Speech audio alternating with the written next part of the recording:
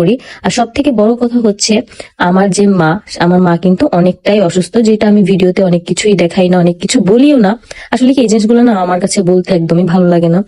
তারপরে তোমাদেরকে একটু বলি যে আমার মা অনেক অসুস্থ আমাদের বাসায়। শুধু আমার মা ছাড়া আমার ছেলেকে দেখার মতো আর কেউই নেই। আমরা দুই বোন কিন্তু ম্যাক্সিমাম টাইমই হচ্ছে কাজ করি। এখন কিন্তু আমি ইদানিং কাজের পরিমাণ অনেকটা কমাই দিছি, যাতে করে আমি আয়েশকে বাসায় সময় দিতে পারি। আগে তোমরা দেখছো আমি অনেক অনেক কাজ করতাম, বাট এখন শুধুমাত্র আয়েশের জন্যই আমি কিন্তু কাজগুলো কমাই দিছি। তো আমার এই টাকা পয়সা, আমার সবকিছু আমার ফ্যামিলি ভোগ করবে না কি অন্য কেউ ভোগ করবে? আসলে আমি বুঝি না যে আমি ইনকাম করে আমার ছেলের জন্য আমি ইনকাম করতেছি, প্লাস আমার ফ্যামিলির জন্য। তো এইটা নিয়ে এত মানুষের এত কেন মাথা ব্যথা, আমি জাস্ট এটাই বুঝতেছি না।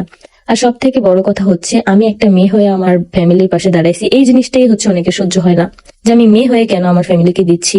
আসলে আমি বলবো যে প্রত্যেকটা সন্তানের উচিত যে যার জায়গা থেকে প্রত্যেকটা বাবা মাকে সাপোর্ট করা, সেটা যেইভাবে হোক। হয়তো আমি আজকে আমার বাবা মাকে বেশি টাকা দিয়ে হেল্প করতেছি, যার সামর্থ্য যতটুকু সেটাই তো করবে, তাই না?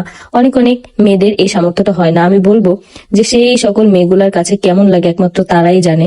যে সব মেয়েদেরই আমাদের মন চায় যে আমার বাপের বাড়িকে একটু সাহায্য সহযোগিতা করি। যারা করতে পারে তারা তো আলহামদুলিল্লাহ, বাট যারা করতে পারে না, আমি জানি যে ওই সময়টা যে কেমন লাগে একটা মেয়ের কাছে, সেই জিনিসটাও আমি সাফার করছি, সেই সময়টা আমি পার করে আসছি। আমি জানি যে ওই সময়টা কেমন লাগে।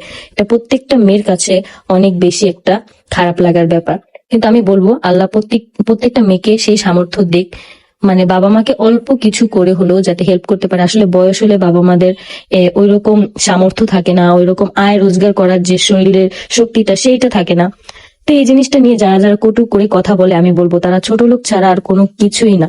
একটা ছেলেরও মাঝে মাঝে মুরত হয় না যে বাপ মাকে ওইভাবে দেখার, কিন্তু আমি একটা মেয়ে হয়ে করতেছি, এইটাই তো তাদের কাছে লজ্জাজনক। তো যাই হোক, কি আর বলবো, আমার বলার কোনো ভাষা নাই।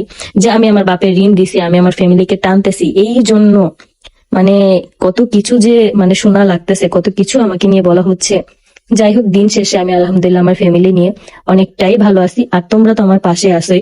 তোমরা এত এত মানুষ আমাকে ভালো না বাসলে আমি কখনোই আজকে এই জায়গায় আসতে পারবো না। আমি সারা জীবন তোমাদের কাছে কৃতজ্ঞতা প্রকাশ করি যে তোমাদের